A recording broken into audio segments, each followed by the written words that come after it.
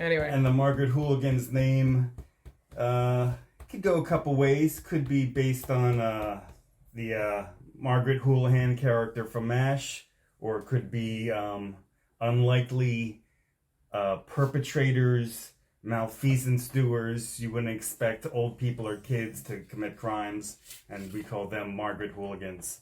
Yeah, just kind of like plainclothes mischief makers. And I have a question.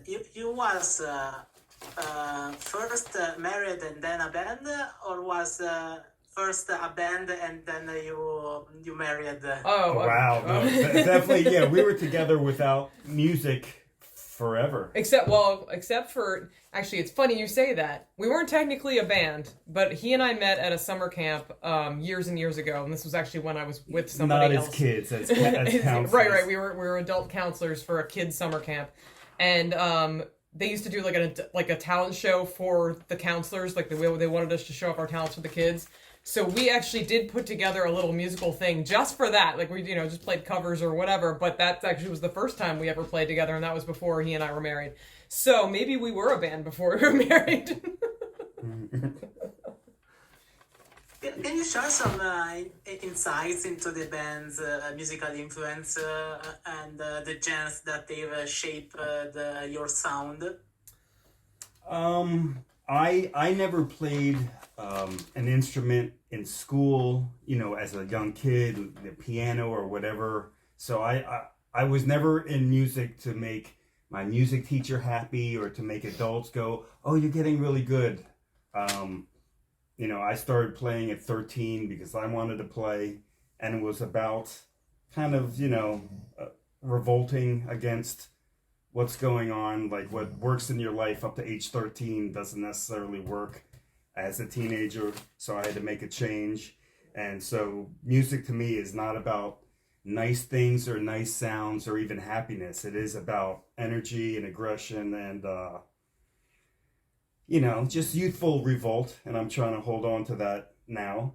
But these days it's pretty easy to want to revolt against certain things. So I'm about being aggressive, not nice. How about you? I'm about being nicely aggressive.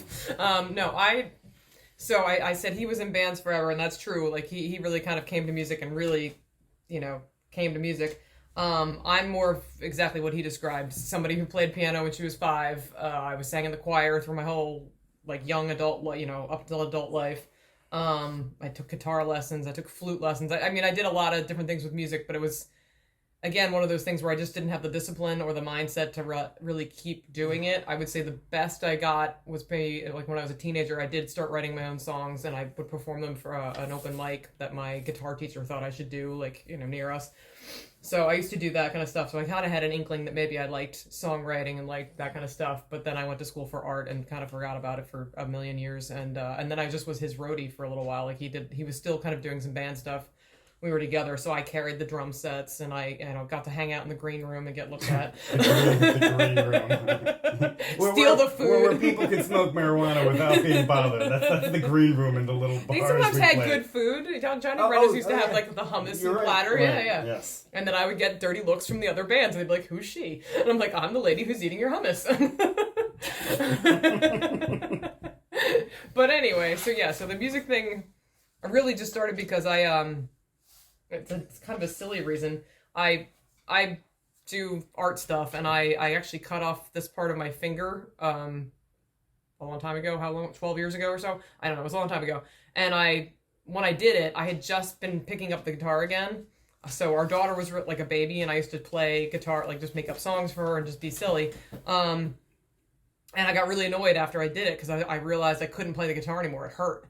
So I stopped playing, and I was just a little pissed about it, but it wasn't, I didn't really play anymore, so I wasn't that upset, but it just kind of the idea of it got under my skin a little bit. And then a year or two later, I had a friend whose son had a ukulele, and I thought, oh, I'll get her one. She might like that. So I just got her a stupid, $30 ukulele, and then I started messing around with it, and I realized it didn't hurt my fingers to play it, and I liked playing it. And I wanted to teach her something, and of course, at her age, she didn't want me to share with her, so I had to buy my own ukulele. And that's how I got back into music was through this instrument. and that spawned its own strange thing. I started making ukulele straps. I started getting myself involved in ukulele communities and festivals, which led into me writing songs again and making music with my other friend, and then eventually him. So that 12-minute answer for that, you wanted 30 seconds, but you got 12 minutes. Oh, but we didn't even talk about our musical influences. Oh, well, yeah. Aggression for me and Niceness for me. No. I thought he meant more like musical influences, like the music we listen to. Was that what you meant in the question, or did it... Yeah. Okay. All right, we'll do that. In another question, I like it.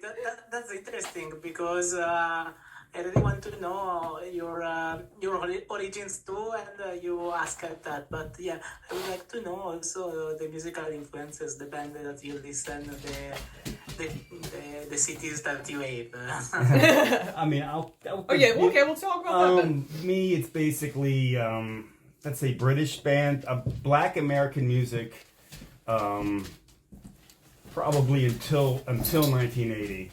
But British music from the 60s, Black American music, so that's like, The Who, The Kinks, Hendrix, Otis Redding, James Brown, Miles Davis,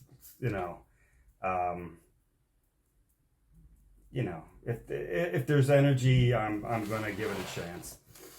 Yeah, I would say I liked all that stuff too. And then the other stuff that I would add into it is I learned how to sing. Not, I was in choir and all that other stuff, but I really learned how to be expressive with my voice by listening to other women who sang like that. So Tori Amos, Fiona Apple, those types of people were people I used to just sing in my car to.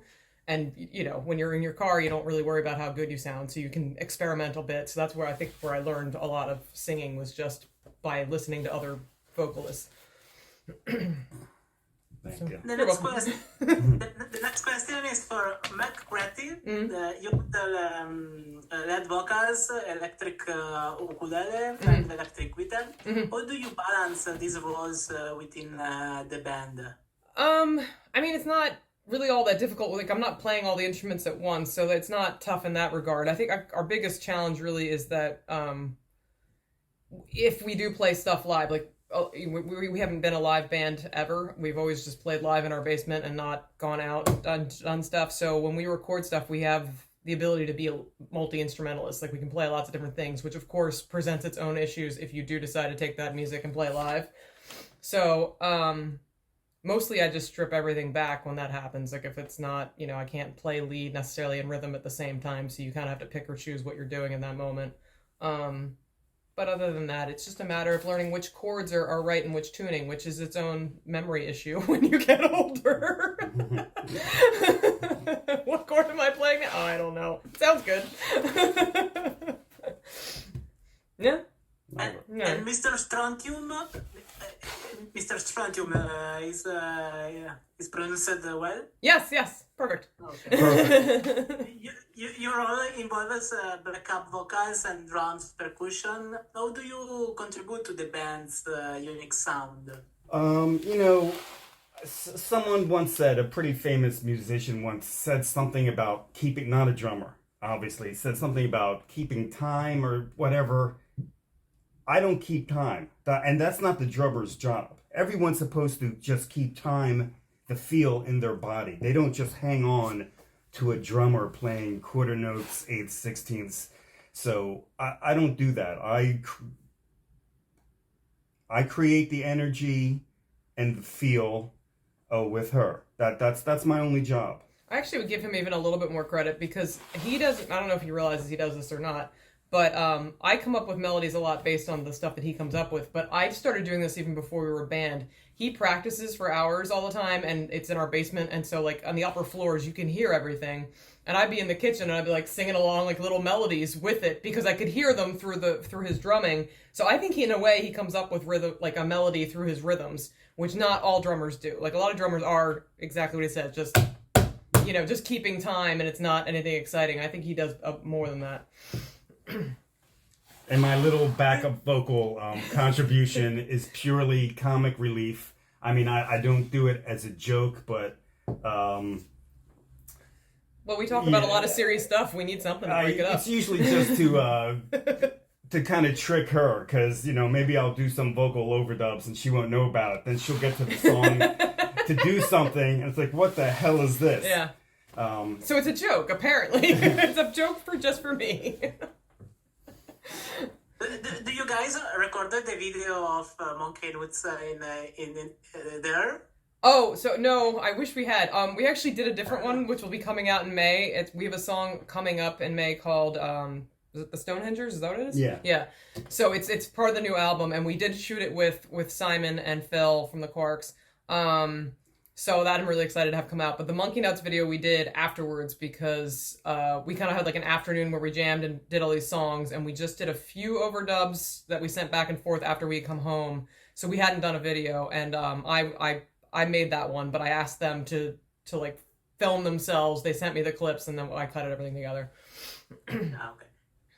Every band faces challenges. What obstacles have you encountered in your career, and how did you navigate through them?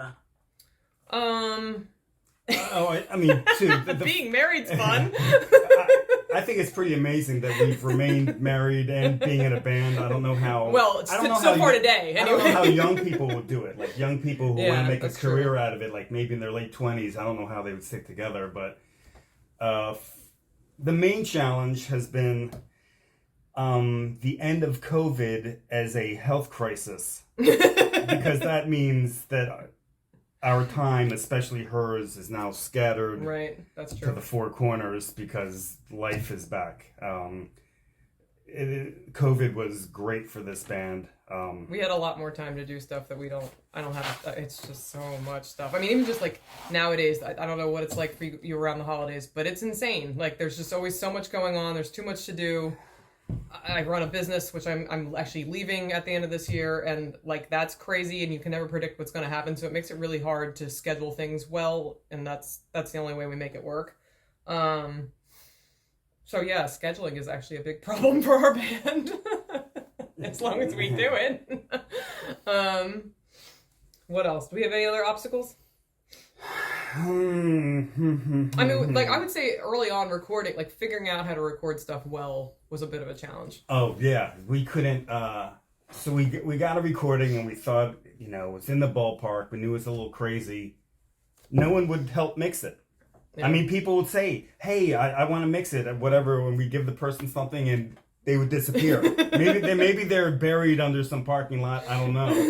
Then someone else says, "Oh no, I'll mix it," and then a couple days later, "No, I can't do that." Yeah. So if we were lucky, we'd hear from them. We were a little worried, but then finally once we got established, now everything makes sense, and we're right. more confident. And I mean, we did learn some tricks. Like it is really, it's a lot to learn. Like it's learning a whole new language in a way.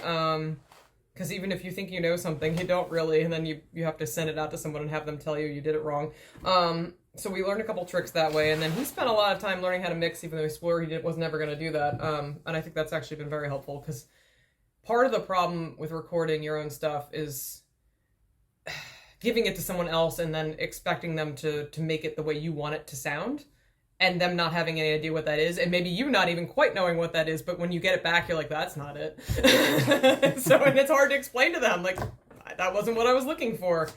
And there's time and money involved. I mean, mixing is a big job, so if they didn't do it right, you also don't want to be like, sorry, it's awful.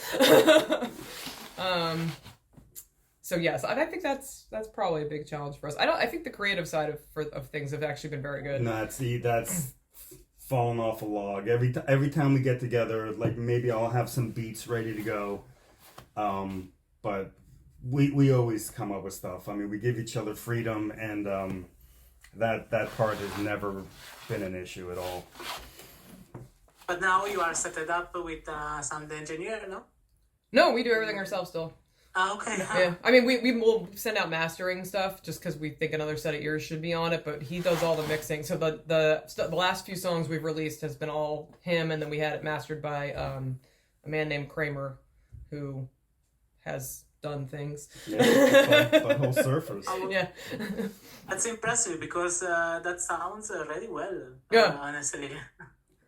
And Have there been any collaboration or featured artist that you particularly enjoyed working with? And how do this collaboration impact the band's creative process? So we've collaborated with 9 O'Clock Nasty a little bit, the Quarks, obviously, and I did some vocals for I'm the Unicorn Head. We haven't done a lot of it. We're kind of a band that holds on to our stuff. Yeah, I mean, we've really been working on our stuff, like, you know, going from scratch, you know, in late 2019 to trying to build up where we want to be. But no, playing with the Quarks, I mean, that was amazing. They just, you know, we thought we were really basically just going to watch them practice. But, like, we played, came up with songs, and, like, they recorded it on the spot. I mean... No, that was stunning. I mean, I honestly thought we would just be chilling out, like, well, let's see if we can come up with some ideas for a song that maybe we would work out together, you know, once we got home. And we came out with 3 right on the bat, and they had the recording set up. I mean, I got mixes, like, that night. I was like, what's going on? Yeah, this amazing. Is wild. Like, it's funny, 9 O'Clock Nasty, I'm sure, would be so deliberate. Like, 9 O'Clock Nasty, we're so different than they are. You know, I think about, like, why I like them so much, because every note of theirs, there's not a misplaced note. Everything is specific, precise. All of our notes are all scattered all over the place. We're a happy accident. But I think I like them so much because, like I was saying before, they are, like, subversive. Not only some of their songs, whether it's Low Fat Jesus or Sleepy Policeman or all that, but just the fact that they are doing it. They are not young. We're not young, but just that they have the energy to say, we can't lie down yet. There's still, the world is whatever. Music today is kind of crappy.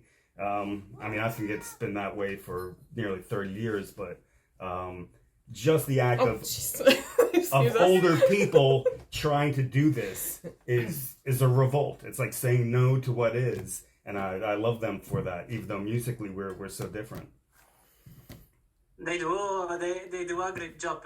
They was in this show before the summer, and you meet in person with them. Yes. We went to England and went to go visit them at their homes. We just showed up. We saw them play a show, a really good punk show with gay bikers on acid, and Hex Poser was the other one. And we did a video. Yeah, the video with them. Yeah, ScarJo. No, we loved hanging out with them. I loved it. Loved it. Can you share a behind the scenes anecdote or interesting story related to your journey as an artist? You got one? He's been a musician, in my opinion, longer than I have, so he probably has better. I'll tell you a story, but it's not really a journey. So, you know, John Bonham is thought of as one of the great drummers of all time. You know, he certainly was. I believe he's like 20 years old on Led Zeppelin 1. You know, just amazing. So my band was playing, this is 26 years ago. My band is playing upstairs at a place in Philly called the Trocadero. And downstairs is the big theater that seats like, maybe 1,500, 1,800, something like that. Well, John Bonham's son, Jason Bonham, is playing in a Led Zeppelin cover band down there for like a charity thing. I think his father had like motorcycles for Christmas type of thing. I'm sure that's wrong, but anyway. So he's playing drums in that band. And our band is kind of the late band because we're the adult band, really. So they do their thing. We do our thing upstairs. And Jason Bonham is like near the front of the stage after we're finished. And like he's, like kind of bowing down, like saying what a good job I did. And he wanted to talk to me. I was like, oh, this is great. So, you know, we're talking and, you know, I can't really hear what he's saying. But the gist of it is he wants me to get him like speed or cocaine. He thought I was playing very fast. That was a very fast band. And he thought I must have been on something. And he wanted to get what I was on. So I thought he just really liked my drumming and wanted to talk. No, he just wanted to get something from it. So I had to say, no. My speed is natural. I'm sorry, buddy. And And what's your favorite part of the music creation process? I mean, from the writing to recording and performing. And do you have any unique rituals? Oh, well, we sacrifice a goat before every practice. I'm just kidding. Do we have any? I mean, I like coming up with the songs. That's always a good part. I think there are what I'll call growing pains. Jamming is always super easy because there's no pressure. You just come up with whatever. I really like coming up with the music videos. I have a background in art, so that's always fun for me to like kind of come up with ideas for that and direct it and stuff. What else? Just jamming, coming up with ideas, having freedom. That's great. The worst part for me is putting some of these, what I think are really nice raw ideas, and then trying to form them into a song. Sometimes it gets a little too narrow, and we lose, or I think we lose some of the, vibrancy of what we had. But your worst thing is whatever record companies used to do for bands in the past that now we have to do for ourselves. That's what she hates. Yeah. And I don't blame her one bit. My God. It's a lot of work. But the music is great. Everything else. Yeah. Yeah, so the favorite part is making all the music. The bad part is promoting all of it. I mean, this is lovely. I'll say that. I actually really enjoy talking to people about her stuff. It's the coming up with the social media stuff, because you feel like it never ends, and you're not really sure what people are going to respond to well, and sometimes it's really random. Like the best video we've ever put out in terms of view count was him unboxing our CDs, and I was like, is this a joke? Like 21,000 people looked at him unbox a box. Like that's. Oh, whatever. I don't know what's going to be in there. George Clooney's wife's head. I mean, what? I mean, I think that's it's a whole thing, that unboxing thing. Anyway. Can you share more about the inspiration behind Cat Stomp and its connection to Stevie Van Zandt? So that song. He mostly wrote the lyrics for that, which is a twist. Usually I write the lyrics for most of our music, but he's written a few of them. And it came from one line that I had, which was, and I didn't actually, we changed it, but I sang into the microphone when we were jamming, Stevie Van Zandt isn't better than me. Only because I was thinking of, did you ever watch Flight of the Conchords? Do you know that show? No. No, okay, it's fine. It was a short-lived HBO series. And they are like they're actual musicians from New Zealand, and they are really, really funny. But there's an episode where one of them writes a song where he's basically naming all these artists who he thinks aren't better than him, and he's like singing it in a library. So that was in my head. Yeah, and Jay-Z isn't better than me. Right, and Most Def isn't better than me. Right. But so I heard that lyric, and I was like, no. He is better than us. So it became Stevie Van Zandt is better than me. And then I had the other line about the headscarves from Patagonia, which, by the way, we don't know where he gets his headscarves, but it was a good line, so we kept it.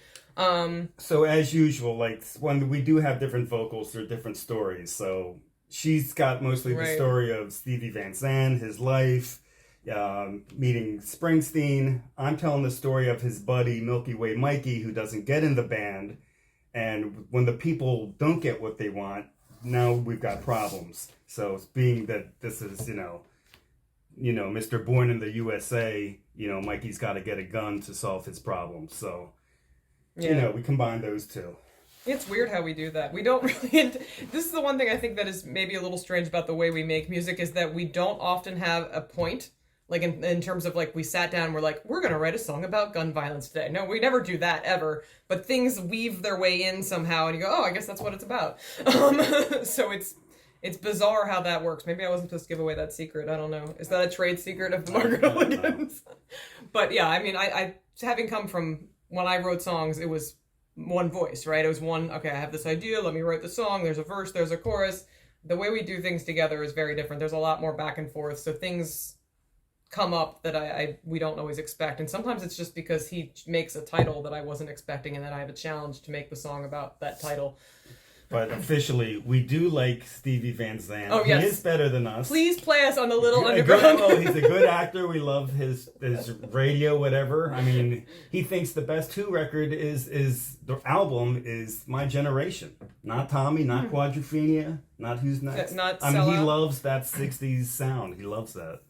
Yes. So we love you, little Stevie. You're definitely better than us. What are the band's goals and aspiration for the future? Do you have any specific milestones or projects on the horizon? We're working on something. You want to tell them about it? What is that? Well, the 5th record Oh, has well, its whole I mean, just in general, I want to keep things moving. I want 10 records in 10 years. That's a challenge. That's news to me. Yeah, I mean, well, we're getting close. I mean, we're a little behind because, you know, when you start, it's just playing, no recording, and then you have to kind of catch up. But, you know, our daughter is here for another 5 years. Is it 5? 5.5. Yeah. So we know we're set where we are and who we are and what our parameters are for that long. So just make music, and then hopefully we'll still be alive and be able to jump on it and travel to Vienna and start playing in Wait, Vienna? Why don't we go to Madrid? We'll go visit Alessandro. Well, what are your goals? What are my goals? So we wrote a song called Psycho Diapers. It's the last track of our second album, and I've been obsessed with this idea of a musical forever because I really like musicals. He doesn't, but I really like them. I tried to write a musical years ago that had some good numbers in it, but it failed, mainly because I'm not really good at writing stories, so that's a problem. But I did really enjoy writing Psycho Diapers because it was like putting all these things together and almost making like its own little rock opera, and I still like the idea of that, so maybe a longer one of those in the future, or like a concept album of sorts. Again, we haven't talked about this, so this is news to him as well, as 10 records in 10 years that I just found out about. But Well, yeah. that's why I stay on you about overdubs and about practicing. And I think we should do a Murder Ballads album. I already joked about that. But with kazoos. All right. That's a great milestone, you know? Yeah. But, no, it's really a pleasure to talk with you guys. And also, I think it's lovely that you are a band and a married couple, because I can understand, because with my wife, we work together to the effort of the European Indie Music Network. So I can understand the things that like you're writing and you say, this thing maybe could be made better, and this thing, and it's very nice. we're both very blunt with each other, so we really don't have those hurt feelings. I think if you're too nice to the person you're with all the time, I don't know how you keep that up. At some point, you know, you're gonna be grumpy, say something, and if they haven't heard that grumpiness before, they'll freak out. Well, some people are just a lot nicer than you are. That's true. Some people are a lot nicer than she is. Let's talk about your discography. How do you see the progression from your heavy releases to the most recent ones? You got an answer? I think musically, it's all us. I think our first record's a great representation of us. I don't look back at it and going, I wish, you know, we were more together or something. No, that's an excellent first record. I think the process has become easier. Like on those first couple records, I was afraid that it just wouldn't happen. I thought stuff would just disappear. Like she would transfer something somewhere and I'll go, it's not here anymore. And I'd be holding my head, you know, because I'm not good at this ether sphere nothingness. I want to hold something. That's why I'm a drummer. I'm a caveman. I have sticks and I hate goddamn objects. So I'm less scared about the computer and everything it might do to me. He knows more about it than I do now. It's kind of crazy. But musically, I think we've always been true to ourselves. Never had to push anything or hold anything back. So. Yeah, I mean, I think it's interesting how the sound has evolved a little bit in a way, and part of that was because the very first album is literally like the worst like recordings that we made, and then we got a little bit better at it. But it has its own kind of, like, I mean, that's very garagey, and then I feel like it gets slightly more refined as we go along. But even the subject matter, I feel like, has gotten a little bit more, like, tighter somehow. I honestly think, I mean, not like we did it on purpose, because we tend to write music in bulk. But when we go to edit and put everything together, like, I think we pair it up in terms of themes, like what we think sounds good together, whatever informs that intuition. But, yeah, I mean, it's interesting to see how it's evolved. There'll still always be silly songs about donuts and things, you know, to break up the... I hope so. God, I hope so. Because the album we're promoting now, I was thinking about it, I was like, you know, in a way it's gotten a bit more serious, which is interesting, because the original stuff was done during the pandemic, which was a really terrible time, but we kept it pretty light, because I think we needed to just do that. And now it's gotten a little more serious. So we have, I think, at least one silly song in that new album. Chicken Fingers, yes. Chicken Fingers. But everything else has got a little bit more of a serious undertone. Oh, Lord. Sure. Now, an extra question. Since you said in your bio we could made the strangest question. If you guys were characters in a romantic comedy, who would play the lead roles, and what would be the plot be? So, well, we could, a similar plot would be, I'm Dustin Hoffman, that's Anne Bancroft, and she is being a predator trying to get me. The way she locked him in the bedroom, you know, she locked me in the toilet of the Standard Tap years ago. But probably Richard Burton and Elizabeth Taylor, and Who's Afraid of Virginia Woolf. Oh, that's a good one. You know, people who know each other maybe too well. Yeah. So, you know. And don't have any problems like pulling punches at all. Martha, we must get to practicing. The overdubs are your responsibility, Martha. I'm not going to do an Elizabeth Taylor impression. Did you expect that? I don't pray! I don't pray! Who is called that beautiful cat? No, yes. This is Trapper. He's 17 and a half. Wow. He's an old man. Lovely. We have two. Oh, yeah? We had to. Oh, okay. We drove.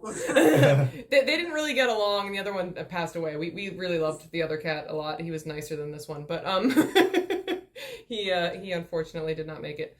Anywho.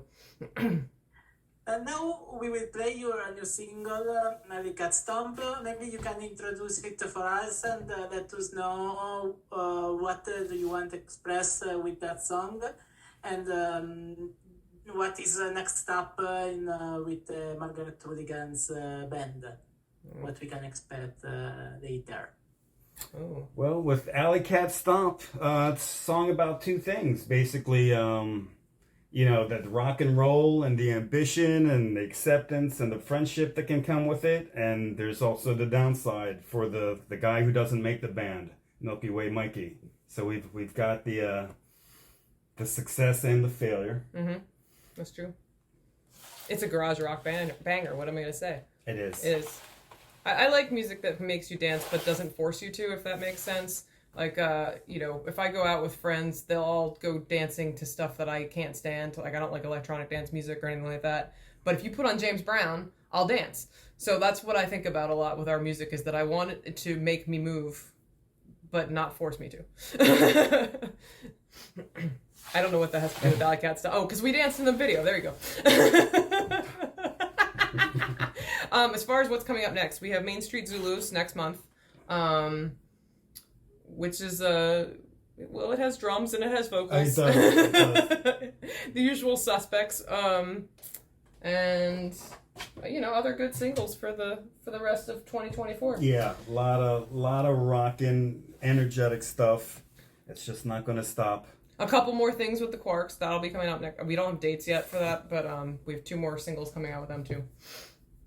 And I think that's it. Then thank you so much for your time. It was a true pleasure to talk with you guys. You're a wonderful band, a wonderful couple, and I'm honored to have the chance to talk with you guys. Now we will listen the Margaret Hooligans with